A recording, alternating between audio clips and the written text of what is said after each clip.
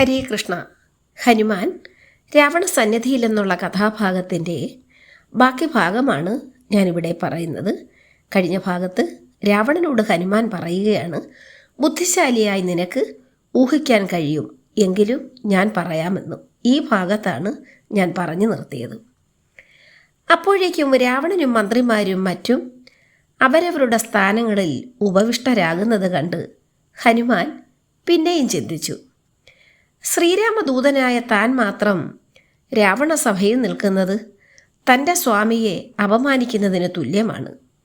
ഇങ്ങനെ കരുതിയ ആഞ്ജനേയൻ തനിക്കിരിക്കുന്നതിനായി ഒരു ഇരിപ്പിടം നിർമ്മിക്കണമെന്ന് തീരുമാനിച്ചുകൊണ്ട് ഗരുഡമന്ത്രം മനസ്സിൽ ധ്യാനിച്ച് നാഗാസ്ത്രത്തിൽ നിന്ന് മോചിതനാകുന്നതിന് തീരുമാനിച്ചു.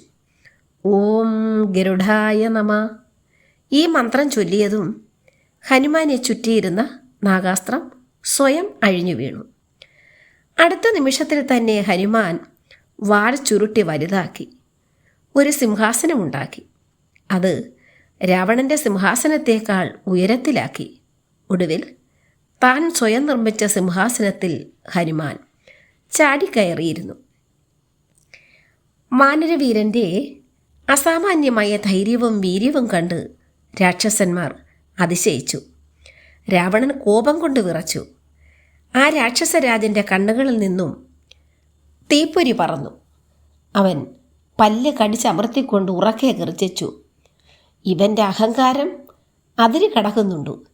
എടാ മർക്കടാ, നീ എന്ത് ധിക്കാരമാണ് കാണിക്കുന്നത്? ദശമുഖൻ്റെ കോപം ഹനുമാനെ തെല്ലും ചഞ്ചലപ്പെടുത്തിയില്ല. ഹനുമാൻ രാവണനെ പുച്ഛമായി ഒന്ന് നോക്കിക്കൊണ്ട് ഇങ്ങനെ പ്രതിവചിച്ചു, രാവണ, ധിക്കാരി ഞാനല്ല, നീയാണ്. നീ ബുദ്ധിയും വിവേകമുള്ളവരാണെങ്കിൽ എൻ്റെ ചോദ്യത്തിന് ശരിയായ മറുപടി തരണം. അതിനു മുൻപ് ഞാൻ ചിലത് പറഞ്ഞുകൊള്ളട്ടെ. ഈ ലങ്ക വളരെ കാലമായി ഒരു പ്രശ്നമായി തീർന്നിരിക്കുകയാണ്. അതുകൊണ്ട് ഇവിടം ഒന്ന് സന്ദർശിക്കണമെന്ന് എനിക്ക് തോന്നി.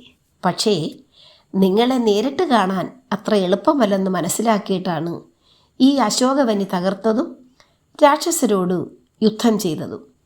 എന്നെ വധിക്കാൻ ആർക്കും സാധ്യമല്ല. ബ്രഹ്മാവിൻ്റെ വരപ്രസാദത്താൽ ദേവന്മാർക്ക് പോലും എന്നെ നിഗ്രഹിക്കുവാൻ കഴിയില്ല. അതുകൊണ്ട് നിങ്ങളെ പേടിച്ച് സത്യം പറയുകയാണെന്ന് കരുതണ്ട. സത്യം പറയുക എന്നത് വാനരന്മാരുടെ സഹജ സ്വഭാവമാണ്. ഹരേ കൃഷ്ണ.